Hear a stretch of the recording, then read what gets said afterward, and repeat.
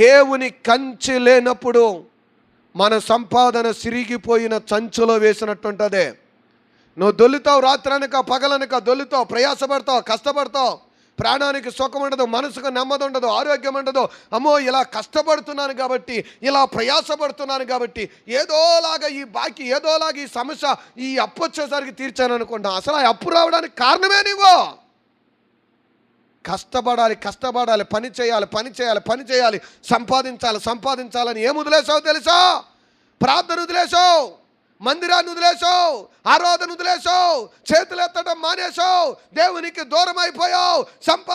సంపాదించాలనుకుంటున్నావు. నీ సంపాదన కంటే దుష్టుడికి సోటిచ్చేసావు, సాతానికి సోటిచ్చేసావు. అందుకు నేను అంటున్నాడు, దేవుని యొక్క వాక్యం సెలవిస్తుంది, యోబు ఈ విషయంలో దేవుడి కంచె తీస్తే మొదట పోయింది, ఆస్తి పోయింది. తర్వాత సమస్య ఎవరికి వచ్చిందో తెలుసా? బిడ్డల మీదకి వచ్చింది. మీదకి వచ్చింది పరిస్థితి. ఆ తర్వాత ఎవరి మీదకి వచ్చిందో తెలుసా? యోబు శరీరానికి వచ్చింది.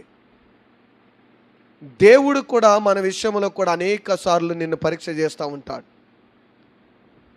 నీ సంపాదన, నీ కష్టార్జితం, నీ ధనము, నీకంటే తక్కువ సంపాదించేవాళ్ళు, నీకంటే ఓ రూపాయి తక్కువ తెచ్చుకునేవాళ్ళు, నువ్వు 500 1000 రూపాయలు సంపాదించవచ్చు, కానీ 200 సంపాదించుకున్నవాడే సంతోషంగా ఉన్నాడు.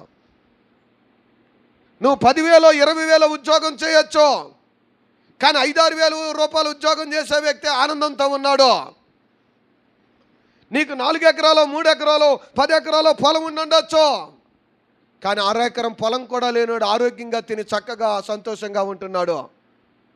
కానీ అంత పొలం ఉన్న, అంత డబ్బులున్న, అంత ఉన్న, ఏముందరా నీకంటే చెప్పుకోవడానికి మాత్రం 4 ఎకరాలు ఉంది, 10 ఎకరాలు ఉందని చెప్పుకున్నావు. నేను అంటున్నాను, కడుపు నిండా తిండి తినగలుగుతున్నావా? కంటి నిండా నిద్రపోగలుగుతున్నావా? నాకేంటి పరిస్థితి పర్వాలే, బాగానుందని ధైర్యంగా గుండెల మీద చేసుకుని బతకగలుగుతున్నావా? ఈ రోజున మనకి ఆ స్థితి లేకపోవడానికి గల కారణం ఏంటో తెలుసా? దేవుని కంచె, దేవుని కాపుదల మన దగ్గర లేదు. ఎప్పుడు ఏ సమస్య ఎటు నుంచి పడుతుందో తెలీదు, ఎప్పుడు ఏ ఇబ్బంది ఎలా వచ్చి పడుతుందో తెలీదు, ఎప్పుడు ఏ బలహీనత వస్తుందో తెలీదు. అమ్మాయి ఒకటి అయిందనుకుంటే ఇంకోటి అయిందంటే ఇంకోటి మన జీవితంలో ఎదురవుతుంది. నువ్వు అనుకున్నావు నేను కష్టపడుతున్నాను, ప్రయాసపడుతున్నాను, ఒక్కో దాన్ని గట్టెక్కిచ్చేస్తున్నాను అనుకోండి. అసలు ఆ గట్టెక్కిచ్చే దరిద్రమే నీ దగ్గర ఉంది. ఎప్పుడైతే దేవుని సన్నిధికి దూరం అయ్యావో, ఎప్పుడైతే ప్రార్థనకు దూరం అయ్యావో, ఎప్పుడైతే ఆరాధనకు దూరం అయ్యావో, ఎప్పుడైతే చేతులు ఎత్తడం మానేసావో, ఎప్పుడైతే దేవుని మీద నువ్వు ఆనుకోవటం మానేసి